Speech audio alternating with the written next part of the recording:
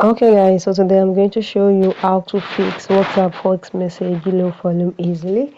So your WhatsApp voice message, maybe you wanted to listen to a voice message and it's somehow very low.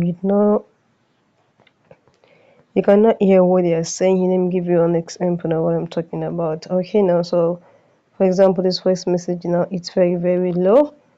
It's very low. You're unable to hear what they are saying, The one thing you can first do is you can increase the volume of your phone by pressing this volume beside your Android phone.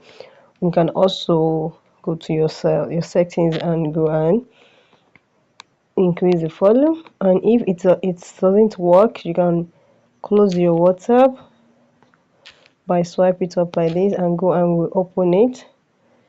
Go and reopen it. Once you reopen it, you can download the voice message that you wanted to listen to.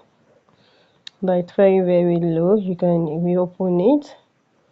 Okay, we open it and listen to it again and see. And if it doesn't work, you can restart your phone, off your phone and restart it. You can restart your phone, and I hope that really helps.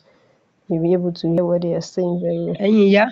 So that's how you go about it. So guys, if you found this video helpful, smash the like button, drop a comment and subscribe.